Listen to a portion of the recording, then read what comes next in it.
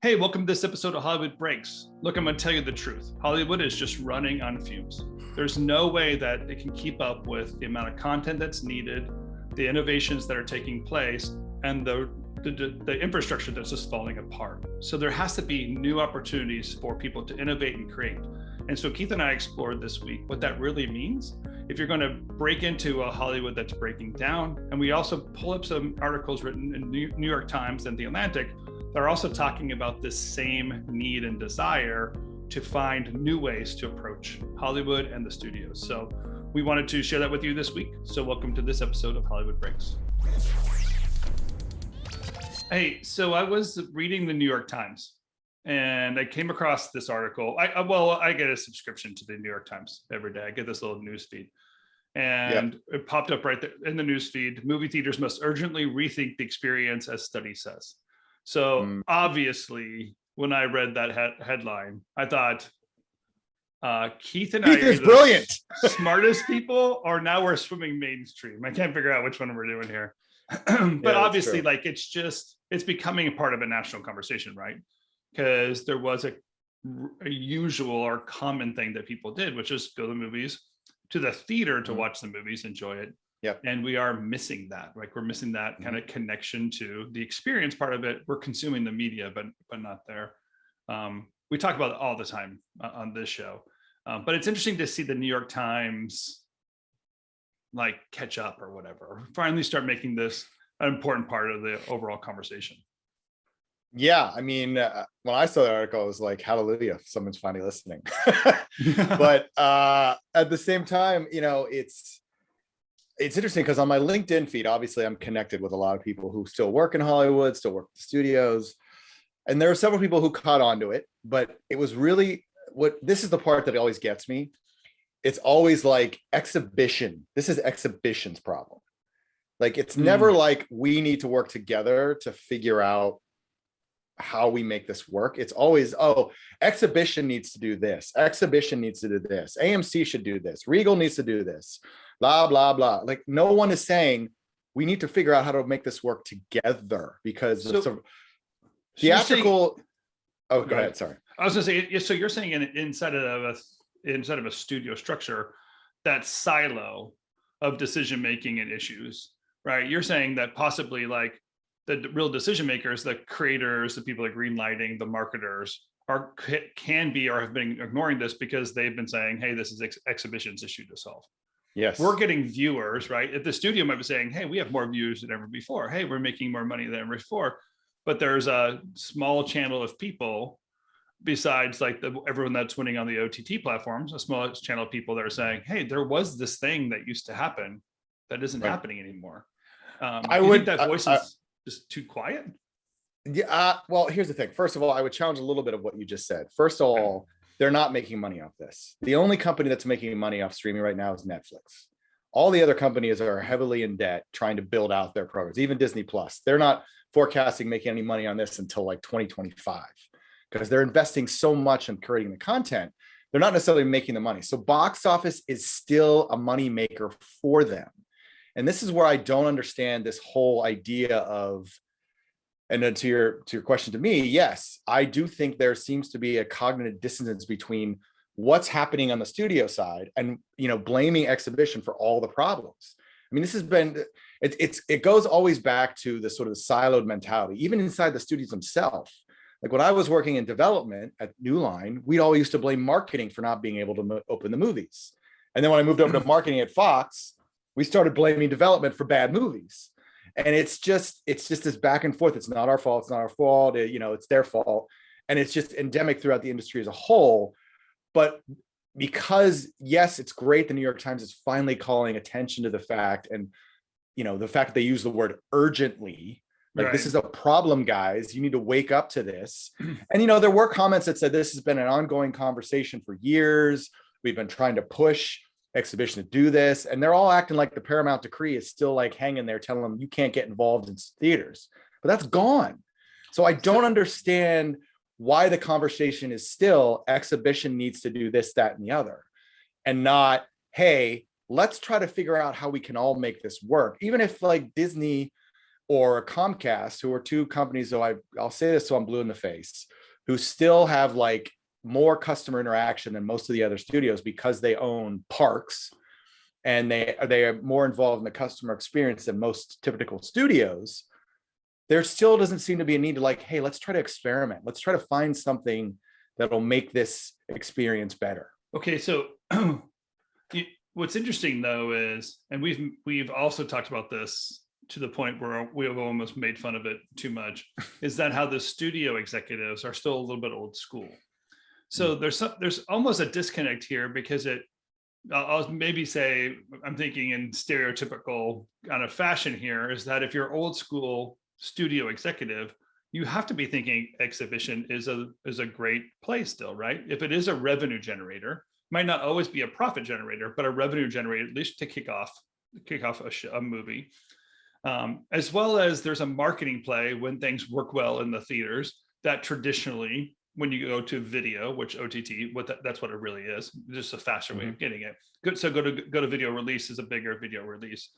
The day and date model, it's almost changes things, almost like a younger, newer generation of people are running the studio, but that's not true. So there must be some kind of decision making that either says I'm worried about my job or I'm worried about my shareholders.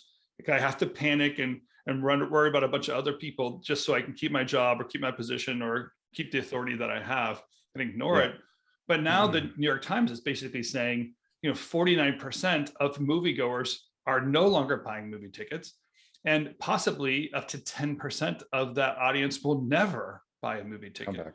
And that's a 10% drop today, this generation. It perpetuates itself, right? Because those people make other people, and it starts kind of pyramiding out. So you're looking 10 years out, 20 years out, this little thing that we used to call movie going kind of goes the way of the drive-in, where it's nichey and it's fun, but it's not something we do all the time.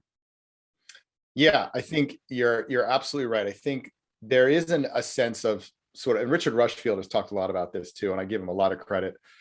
I talked a lot about him and Matt Bellani this week in my newsletter because they are really the two who are really shouting like, guys, wake up! This is not good. And Richard Rushfield had a companion piece to his previous Ankler, where he actually had people from the middle of the country sending him pictures of theaters that are falling apart. Like we all see pictures of AMC, like Nicole Kidman walking around in this gorgeous AMC. Of course, it's in Glendale, California. But then you go to the middle of the country and the ceilings are falling in and there's cracks everywhere. And, the playground looks like an empty, creepy scene from, I don't know, a Stephen King novel. Yeah, right. It's just, there's a disconnect there. And again, it does come from sort of this old school mentality at the top where they're like, this is how we've always done it. And, Richard Rushfield also brought up some points about like, they're just like, you know what, I'm not going to worry about this. I'm on the verge of retiring. I'm just going to keep trying to make as much money as I can while I'm sitting in this seat. Another aspect of it, I think you're right, is that because there are younger folks at the studios right now, but they are scared out of their wits of losing their jobs, and they are just going to do whatever they can do to survive. It's survival. So who's running the show? Like what? Nobody. That's the problem. But that's yeah. Go ahead. No, I'm like, is it really no one? I mean, is it truly no one's running the show, or is it just like a mob mentality kind of thing of like? I think maybe that is the same thing. Well, I think it is the same thing. I think there's no one really leading. There's no one really saying, guys, we got to figure this. Like Bob Iger had this presence that he was always sort of the guy that sort of was the one who led the charge. Or a Peter Chernin, for example, back when he was running Fox during the writer's strike, he was like the guy who was like managing the show. He was like talking to all the studio execs. He was like making sure everything was moving along. He was working with the WGA to make sure we were making progress in negotiations. There was someone who's speaking with a voice and sort of had a leadership that said, we got to move this forward. That's not happening anymore. You got everyone just scrambling, saying it's all about streaming. It's all about streaming. Okay. Jim Giannopoulos is Paramount's too focused on old school theatrical. We need to focus 100% on streaming because Sherry Redstone only cares about stock price. So I'll promote this Brian Robbins guy, and then we'll throw everything on Paramount Plus. Fingers crossed. Like that's not leading. No one is saying, we need to rethink this, guys. We need to step back and realize we have an opportunity to make some drastic changes if we want this industry to really move forward. I mean, the last pandemic basically started the film industry. We don't want this pandemic to end it, but at the same time, there has to be a leadership. There has to be someone there seeing, talking about what the next steps are and how we improve the process, and not just saying it's Exhibition's problem. They have to fix it because we got our streaming service over here and we can just dump everything on streaming. That's not going to solve the problem. It's just not, because ultimately the streaming service in 5 years, they're just going to become cable channels. They're going to become the HBOs and the TNTs and the Turners and the ESPNs that we're dealing with now. Sure. So it's because until you start evolving, it's just going to be the same. The consumption rate of media is increasing to a degree that the only way to keep up can't be the way we made traditional content at all, right? It just we can't make it as fast as we can consume it. And that beast that's eating the material faster than you can consume it takes a lot of dollars to keep up with it. As you pointed out earlier, that the dollars don't always exist for every OTT platform, if not any but Netflix, possibly. But besides the money that runs out, the ideas will run out, right? I mean, there's going to be a deficit of ideas. We're going to be on, Stranger Things 27, or whatever. Like, it just doesn't, it will also not evolve and not grow and not change, because there's this thing that we can't keep up with. So that means all media will just basically go to live feeds. It's the only thing that can, thank goodness. I say congratulations, because luckily people that have podcasts that do it once a week will have a play, right? Because everyone else is running out of all the other content. But the reality of a studio making any decisions in the future that can keep up with a Twitch feed, there's going to be a very different kind of movement if there isn't a bigger strategy. And I don't know. You forwarded me the Atlantic article. And that, to me, what was the title of that one?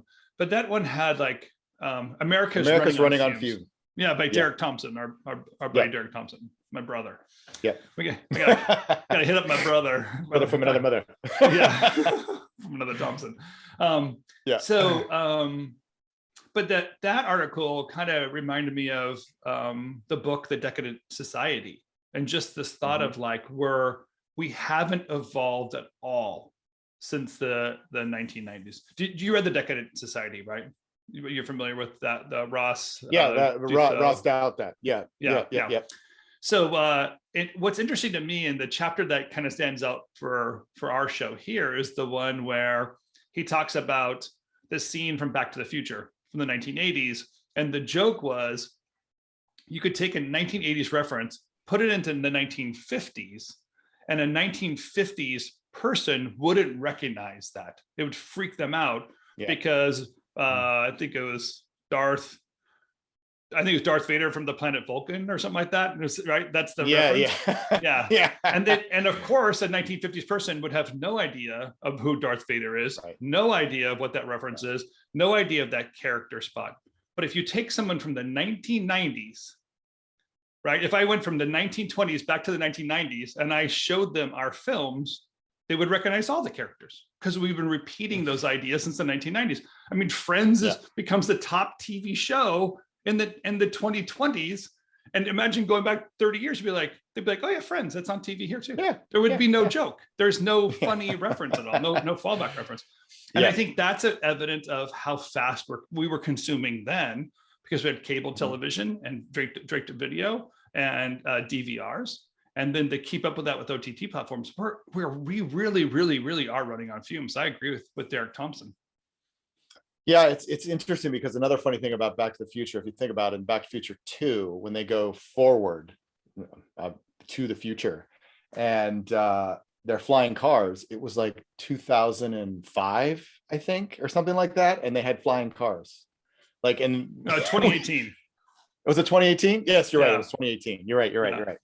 And they envisioned that we'd all be up in the air flying through highways. The progress from the 1950s to the 1980s was so drastic They thought it would continue from the 1980s. It has to continue. It has and to the continue. only thing that's happened is we've went from videotape to faster to streaming. and if this is a better evolution, we went from screens that were this big to screens that are this big to watch things faster. Even like what would be evident of something. So imagine like the one thing that would be fast forward 5 years, to walk into the 1990s and say movie theaters will never exist in 2025. That's the boom of like, wait, that's what we're talking about? Because deep in the 1990s, the blockbuster was finally coming around. The romantic comedy had a place that made sense and everyone could consume, and we were consuming it in the theater. We weren't consuming anywhere else. That was the first run, as you know, first run of all content was happening in the theater. To say now, like, oh no, there's no theaters in 2025. I mean, yeah, sure, it's like drive-ins, but there's no theaters. I think that's the moment if you think like, whoa, that's a better evolution? I think that's what we catch on to more of, like Hollywood is breaking because not really sure this evolution is working the way we want it to. Well, it's interesting because what I really liked about Derek Thompson's article was he delineated between innovation and invention. And I really think that's an important distinction, because we can obviously say we've innovated the experience of watching content by the fact that I can watch it on a screen like this and I can carry it around like me when I go watch it wherever I want, versus having to like appointment viewing, record it, actually have to like be at my house at Thursday at 9 if I want to watch the latest episode of Friends. I can't watch it 3 days later. So innovation, yes, great, but it's not always great. But there hasn't been a lot of invention and sort of like new ideas. And you talk a lot about different stories. I think the biggest problem is that, when I first started in the industry, I was handed a book, which is handed out to everyone who starts in business. I think it's called The Screenplay. I have it downstairs. But it literally introduces it sort of inculcates you into this idea of the 3-act structure. Like you have the first act, plot point 1, second act, plot point 2, it spins into the third and final act. If you watch a movie, that's how everything is written now. And it's just little thing, like that's kind of the idea that needs to be jumped. And we need to start coming up with different ideas on how to tell a story. Now, even all the way down to like the screenplay and how the screenplay is written.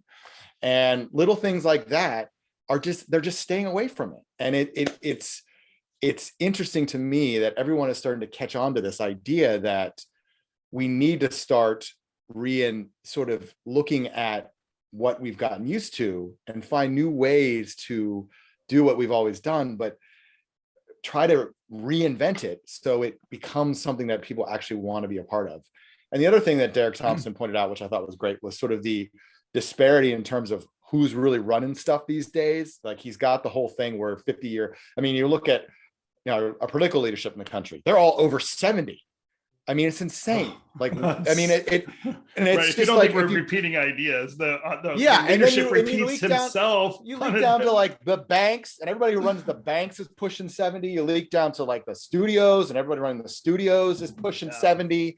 It's like there's nobody who's really being pushed to come up with ideas. And I think it's also because the upcoming generation is sort of like a little bit petrified to do anything, like to try to, anything new that's going to risk that sort of Ivy League degree or the regular paycheck, because they've sort of been brought up. They had to survive the financial crisis of 2008. We're now in the midst of a pandemic, and there's no sense of like, if we do this, it'll be worthwhile in the long run. It's like, I got to do for what's right for me now. And then I'm not going to worry about what's coming down the road, and not having this sense of entrepreneurship to be like, you know what, this isn't working. I'm going to go start it my own. Because it goes back to this idea of surviving. Like I have to survive. You have a 25-year-old. Let me share this article with folks so they can see kind of, I want to put a pretty interesting quote in here and a graph that they have, because in a way, this is the genesis of even what our show is about. When we titled the show Hollywood Breaks, what we were pointing at is that Hollywood is breaking, but also that you can break in. And this is the article Running on Fumes. But down here, Derek highlights the economist Jay. I wish I could pronounce Jay's name properly, but listen to this quote: like, new ideas no longer fuel economic growth the way they once did. These economists say, in the past few decades, citations have become a key matrix for evaluating scientific research. And they even created this little graph to show it. So the graph basically gives us understanding that at one point, exploration and breakthroughs were where the economy was. It was just as important as incremental advance. Basically now, we're just very few people are even working on anything that's breakthrough. We're putting all the money, all the investment, all the time and returns on all the derivatives. That's like, if you put that into any kind of episodic idea, you're going to be making episodic episodes of Friends until, for 25 years or something like that. Instead of saying, wait a second, the show Friends, instead of repeating it or replaying it in 2020, someone should discover what that show for today would be, or what that movie today would be. Let's move away from the blockbuster thinking, the blockbuster mentality, which we know is going to die. It's going to move on. We're going to evolve from it. But there's a new movement, a new opportunity if we focus on the right part of that economic curve, which is in the exploration and breakthrough part of it. Not very heavily rewarded now if you're trying to hold on to your job. But if you're trying to break through, this is the moment. And here's the honest truth is, like, the generation that is holding on to their job, the baby boomers, the largest generation that existed on the planet before their time, right? Yeah. They're running out of steam physically, mentally, personally. Like, it just doesn't happen. So it's such a large group that they can hang on to it, but that evolution is going to take place soon. And if you're going to be part of it, it's time to break in. That's why I talk about NFTs. It's almost like totally ignored how fast and how much money you can make in just a few hours when you put the right kind of thought and innovation out there in what could be understood as like a gaming platform, maybe. I mean, it's evolving, but this metaverse thought that people are talking about is a breakthrough of breakthroughs. We hope. Right. It would be really sad if it we don't know. There's something else. Yeah. But it's exactly. For us to decide. This is the moment that we get to decide what it's going to be. It's not going to be thrust upon us like some of these other technologies and techniques have been. Yeah, I mean, I that graph is, you're absolutely spot on, and I wish I was as hopeful as you are, but it's because I still deal and work with a lot of people who are still in this. The survival instinct is just so prevalent everywhere that I just don't think right now there's anyone who's ready to punch through that. And maybe it'll come in 2 or 3 years, 4 or 5 years, I don't know. But right now, the people that are sort of leading, or in positions to eventually lead once the baby boomers head off into the sunset, I don't know if they're necessarily going to do anything drastically different. They're not seem to be showcasing in that. And the other thing is, they're not really being encouraged to do that. There are other places that are doing it. Other studios are not doing that. The studios are not paying attention and not evolving. And being a studio, which is a place for exploration and breakthrough, they're really becoming a product company, right? A very monopoly-based product company. Yeah. Right. I mean, that's exactly right. I think from the studio perspective, yes, and I think you're right about the NFTs. Like, it's cool to see that space growing and how rapidly it's growing. That's a great thing to see. And you see the people in the sort of entertainment space saying, NFTs, we should be doing that, with not really understanding what it is, what makes it valuable, how you grow sort of and get interest in the NFT universe in and of itself. And again, it goes back to this idea of like, well, I'm just going to follow what that guy's doing. But I don't really understand what's happening, but it looks like, oh, maybe I should just be doing this. And when they're really like, what, why don't you figure out something new and exciting to do with it? Like, it's exactly like, if you're the minute you want to chase what the other guy's doing. The minute you want to be a copycat, you're talking about a person, because the creation of a commodity is actually becoming easier and easier, right? That's what some of these technological breakthroughs have created for us, is that, you can make 10,000 unique items faster than ever before. Okay, that's very exciting. But if everyone has the same technology, there's no unique player or unique technology that does it. Everyone's just using their laptop that everyone has on a train or in a car or their child has. And Right. one of the articles I read is about the teenagers that are making millions of dollars on NFTs and putting themselves through college through a platform their parents don't even understand what's going on. Their parents are almost afraid their teenagers are doing something illegal, making all of this money somewhere. Yeah. So there's this breakthrough that we think is true, but if we only focus on the commodity itself, which you're right, that's where people get the NFT space wrong, is that they think it's about replicating something, and it's just not. But the studios can embrace this thing. It doesn't need to be something that's happening off their platforms. That's what a studio does. The studio evolves a story into the universe. So why isn't the studios playing that game? Or why aren't they leveraging the opportunities they have? Because they still have a good cornerstone on the entertainment space. Most studios, OTT platforms, we talk about them all the time because they're part of our pop culture. That's what you have to embrace in the world. And it's the future influencers, right? Our generation and next generation, the future influencers can take advantage of that. That's our kind of encouragement of the conversation we're having is, hey, listen to the wisdom of the people that are around for a while so that you understand what it's like to do innovation. So when your time comes, opportunity comes, you should be following the type of innovation that's happened before and innovate in your own way. Yeah, exactly. I think there is, I mean, I'm going to talk about this a little bit next week on my Founders Brew, but it's also the idea that innovation in and of itself isn't always necessarily good if you don't learn what was working in the past, because there are things that are working.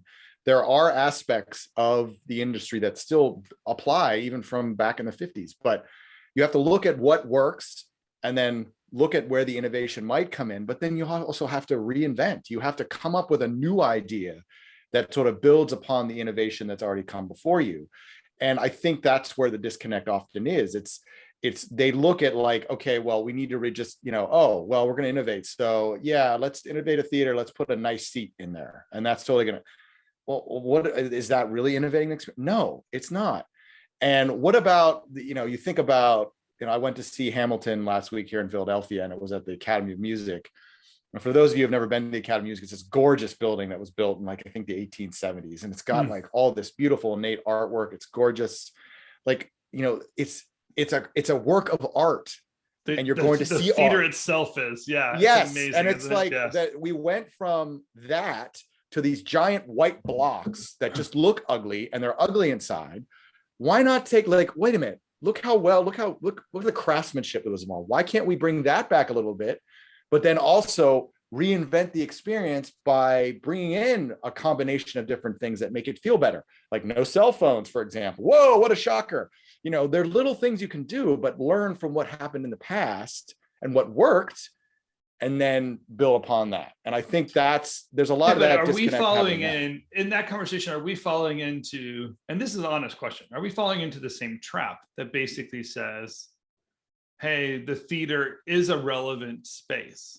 Because we want it to be, right? It has been. And I personally believe you can call it a theater or a church or a shopping mall. I don't care what it is, but I believe the connectivity of other people in the physical space is part of the human experience that we want and share. Right. So when we're watching entertainment, be it in the Hollywood Bowl or the Cinerama Dome, doesn't matter to me. When you're watching it together, the community response is part of what you remember. It's the fans cheering at the football game that makes part of the visceral experience that you like about going to a game. Right. So I believe that's part of it, but the theater experience, if the theaters that we had, well, they wouldn't, they'd be torn down because they're just garbage shopping malls. I was going to say, if the theaters we had were like drive-ins, which I guess were also just basically dirt parking lots with a white billboard on it. Right. Then if that's the way it's going to go, and that theater is moved off and relegated to a few small buildings that had some cool notoriety to them, what is the next building structure look like? And should it look like the 1850s, which I agree, almost has to give you a reason to want to show up because the competition of not going is so tough. Give me another reason to experience it. But what's the venue going to actually have in it? Is it going to have to be a different type of viewing experience? Or is it just a different type of entertainment experience? regardless if it's a stage or a screen, because not really sure we're going to find much more besides than goggles, I guess. Yeah, I mean, I honestly, I don't know what the answer to that question. I think it's a combination of both. I think, I mean, I hate to say like, oh, we need to go back to the 1850s. I'm not saying that we need to go back and sort of look at like how they built things. I think it's looking at it and trying to, yes, make it sort of more of a special experience versus just walking into a dark room with a bunch of seats. Like that's really what the theatrical experience is today. So look at what kind of brought people into the theater in the first place. And it was that sort of like these theaters were like palaces. They were called palaces back in the day because that's what they looked like. Now, I'm not saying we just go back and, start, there's an evolution to classical architecture that could probably come to this a little bit. And, you bring it back, you make it feel like it's an experience. But then once you walk in the door, then we have to figure out what does that look like? And again, that's why I say like companies like Disney and Comcast, which have these experiences. I mean, why isn't Disney Imagineering one of the smartest places in terms of entertainment and the entertainment experience? Why aren't they building a theater? Well, why are they? I mean, you can argue El Capitan is the start of that, but I do like what you're saying. Is it? I don't know. I mean, Disney just swooped in and bought it and basically kept the nuts and bolts the same. They didn't really invigorate it in any way. Yeah, I don't know. Like, when you go see a movie there, there's a bit, when you see Frozen there, it does snow inside the theater. You know what I mean? Like, okay, fair enough. They actually do the same performance they do in Disneyland. They do it on the amusement parks, and they pulled it out and put it on Hollywood Boulevard. Right. But I do like what you're saying there too, because there is some recognition of, we're not just at the end of the blockbuster. We might be at the end of consumerism, which really has only been around since the after World War II, right? That's the economy is based on consumerism. So we are moving into a monopoly system. Or already in a monopoly system. So consumerism has got to change and is going to kind of evolve in a certain way. So the thought that a multiplex, which is all about consumerism, how much crap at every single hour can we produce something at, like at the multiples that doesn't make sense anymore. Yeah. Requires and has an opportunity for an evolution of a different type of experience, right? So a cathedral, that once existed, that turned into basically shopping mall experiences, can go back to and reflect some opportunity of what made the cathedral special, like an opera hall, like a New York City theater.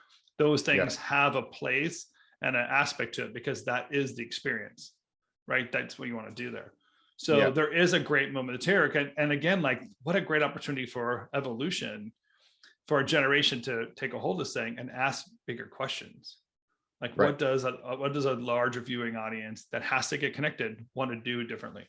And we're going to say, I'm going to hard stop on, hey, it's okay to watch Dune on your television set. Like it's not okay. It wasn't meant for your television set or your phone. Yeah, exactly. I mean, I think the one thing, just to go kind of give another example of this, is you think about what, as you and I both know, we traveled to New York quite a bit. The new Moynihan train hall, which has replaced the god-awful basement Penn Station for the time being, is basically a rehash of the old Penn Station that was torn down, was this beautiful work of art that was ripped apart to build that monstrosity Madison Square Garden, that ugly-ass office building that's now there. And Penn Station was relegated to the basement. You go to Moynihan train hall, they're trying to recap now. I don't think they're necessarily there yet, but they're trying to recapture that feeling, that sense of like awe when you walk in there, to the fact that like, I'm getting on a train. What do you do? But you walk in there like, wow, I'm getting on a train. And that is the experience that needs to be brought back to the theaters. It's got to be that sense of when you walk in, you're like, I love that idea of like a foreshadowing, right? Because it's not just, by the way, you're right. It is it's the old post office building. So that's one kind of cool thing. It's a recycling in a way, which seems appropriate. But it also isn't just simply the recreation of Penn Station. It's almost so big. It's like what's the Hippodrome thing? It's a gigantic experience that you have. Now, a whole bunch of bodies are going to go through it, and it's a high utility as well. That's going to happen there. So it's not just an entertainment venue, but there are some unique experiences that are happening. And to recognize that as entertainment opportunity or viewing opportunities, or for studios to lean into that and say, Exactly. well, where are the people? What do we make? And how does the stuff we make go where the people are to give them the experience that they deserve? That's pretty awesome. Than just That's recycling exactly right. the next Star Wars. Yeah, exactly. I mean, what you want is the feeling when the lights go down and the first trailer comes up, that excitement. You want that when you walk in the door. And that's what needs to be. That's what the next invention, if you will, needs to be. Bringing the experience outside of just walking into the screening room, which in and of itself still needs to be more impressive than it is. But also, it has to apply to all aspects of what you're looking at. And there's ways to do it. You don't have to spend an enormous amount of money. But I just, like I said, I just don't know if the leadership is there right now to really want to take that risk, unfortunately. Well, let's just say this to wrap this up. We're both just very thankful that mainstream media is catching up to the Founders Brew. And they're finally copying what they should be copying, which is you and Richard's newsletters talking about what's actually happening. And the New York Times and Atlantic are finally reading the right sources and putting the information out there. Exactly. That's the great thing. If that's where they need to go, so be it. And if you want to read the Founders Brew, where do they go, Keith? Tell them how to find the Founders Brew so they can get on the front end of this curve, like Derek Thompson. Well, all you have to do is you can go to visioncraftbrew.com. That's www.visioncraftbrew.com. And there's a link on the website. And for those of you who sign up, there is also a free little gift for you. There's a strategic cheat sheet, as I call it, marketing yourself for modern media that you will get for free if you sign up for the Founders Brew newsletter. So it's a 2-for-1 deal. You can't beat it. And you gotta start reading this thing. If you're watching this show, you gotta read this stuff. Obviously, too, thanks for watching this show. If you like what you see, please subscribe. Subscriptions help us a lot. Whatever audio platform you're listening to as well, make sure you like us. But also, please tell people about it. We're having some interesting conversations on the sidebar and the comments. A lot of people are interested in the conversation we're taking place. And I don't know if I told you this, Keith, but there's actually a small body of people that want to have more conversations about the NFT platforms and what might be happening in Hollywood. So we'll be leveraging you and your network to have that bigger conversation as well.